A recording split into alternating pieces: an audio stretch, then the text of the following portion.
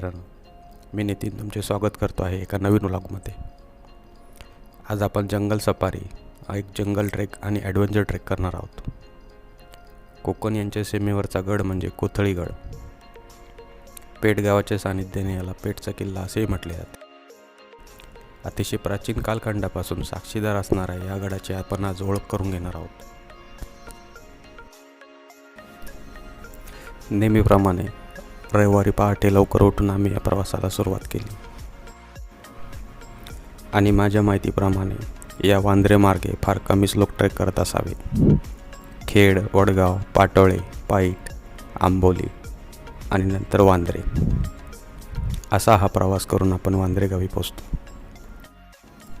वांद्रेनंतर पुढे 2 ते 2.5 किलोमीटर कच्चा रस्ता आहे, जो आपल्याला कोथळीगडाकडे जाणाऱ्या पायवाटेकडे घेऊन जातो।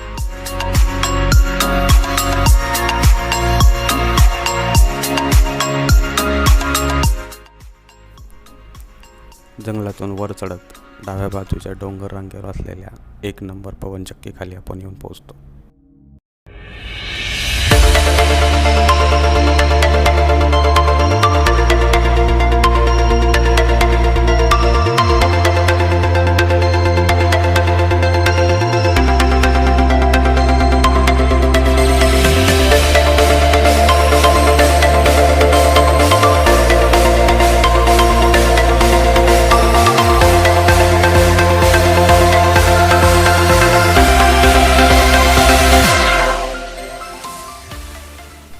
मित्रांनो, पठारावरून थोडं खाली उतरल्यानंतर सुरू होतो तो खरा जंगल ट्रेक।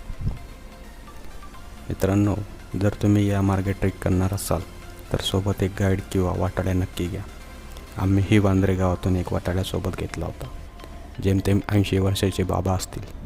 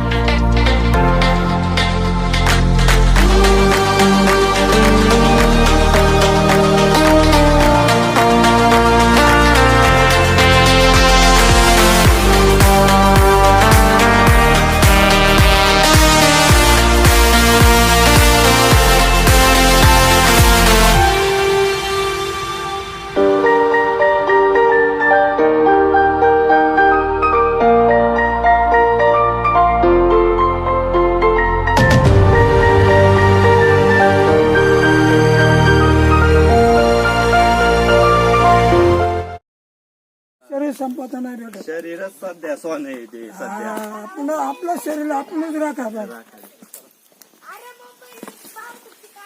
बाबा, काही जनावर गिनावर आहेत का इकडं? नाही, काहीच नाही। वाघ, चित्ता जंगलात नाही। हे कुठलं जंगल आहे? हा घाट कोकणपट्टी लागले इकडे। इथून खाली कोकणाचं लागलं। इथून खाली कोकण, ही कोकणाची बॉर्डर आहे म्हणजे।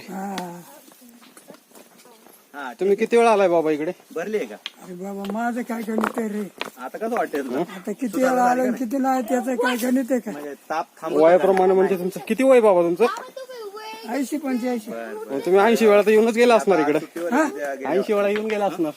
आवाज मी इकडे कामाला होतो पहिला इकडे का? घरी आता वयस्कर झालं त्यामुळे घरी नाही तर मी यायला सांगते। बिवडीला होतो कामाला मेसेज टाक, आजारी आहे, किती दिवस येणार नाही ते लिही। या मार्गे येतात का लोक काही? येतात मग? बरं, ठीक आहे, वाला काय नाही। आता एवढीच येत नाही। पहिल्यांदा ना मुंबईवाल्यांना हाच रस्ता, गाडी नव्हती, घोडा नव्हतं त्या टायमाला। अरे इथूनच अप डाऊन करायची मुंबईला इकडनं अपडाऊन किती वेळ लागतो मुंबईला जायला इकडनं? हायवे, जुना हायवे मुंबईला आता मग सांगतो, आता ते एवढा टाइम उतरले खाली ते चला चला ऊन आले वरती जायला। मग इथून खाली आंबुलला गेलो, कोकण आंबुलला मग गाडी आहे। मग अगोदर तुम्ही पायीच जायचे ना इकडनं मुंबईला?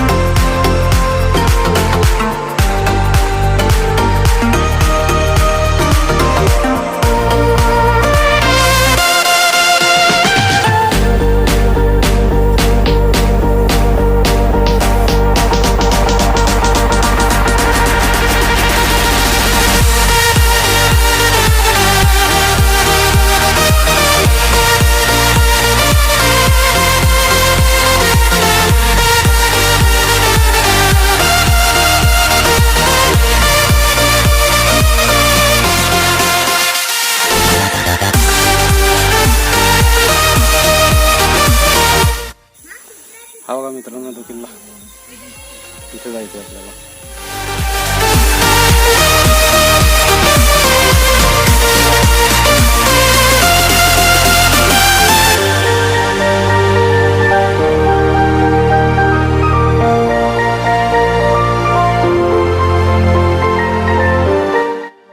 मित्रांनो, शिवाजी महाराजांच्या काळात या किल्ल्याचा उपयोग शस्त्रांचा साठा ठेवण्यासाठी करत असत. या कोरलेल्या सुळक्यामुळेच गडाला कोथळीगड असे नाव पडले असावे. कोथळा म्हणजे कोरून काढणे.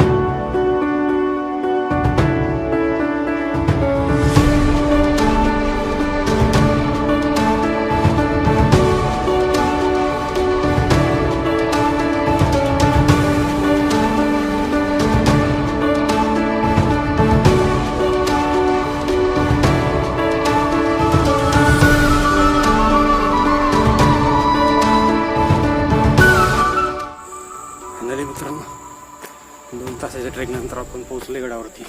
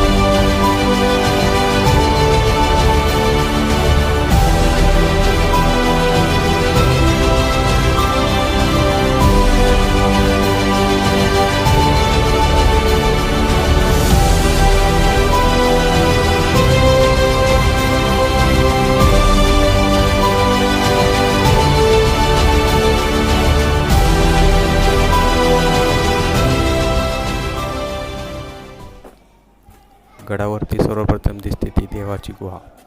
गुहेमध्ये भैरवाची मूर्ती आणि जनाई देवीची मूर्ती दिसते. तसेच उजव्या बाजूला शिवाजी महाराजांची प्रतिमाही ठेवलेली दिसते.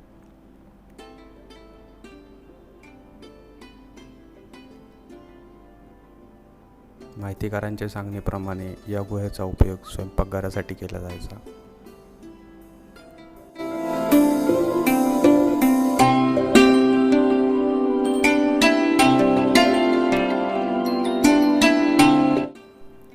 गुहेमध्ये आपल्याला 4 खांब दिसतात. खांबावरती बरेच शिल्पपट कोरलेले दिसते.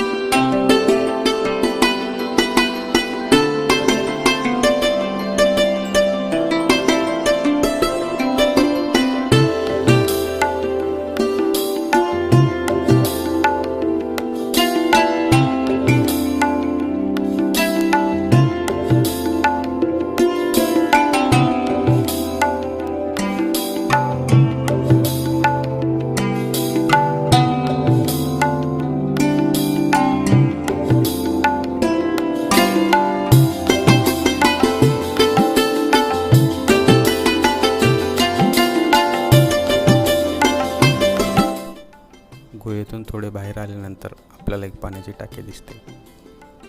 पाणी पिण्यायोग्य आहे आणि गडावरील लोक हेच पाणी पितात. पाण्याच्या टाकी जाऊन थोडे समोर भुयारात प्रवेश करावा लागतो. सुळक्यावर जाण्यासाठी व्यवस्थित पायऱ्या कोरलेल्या आहेत.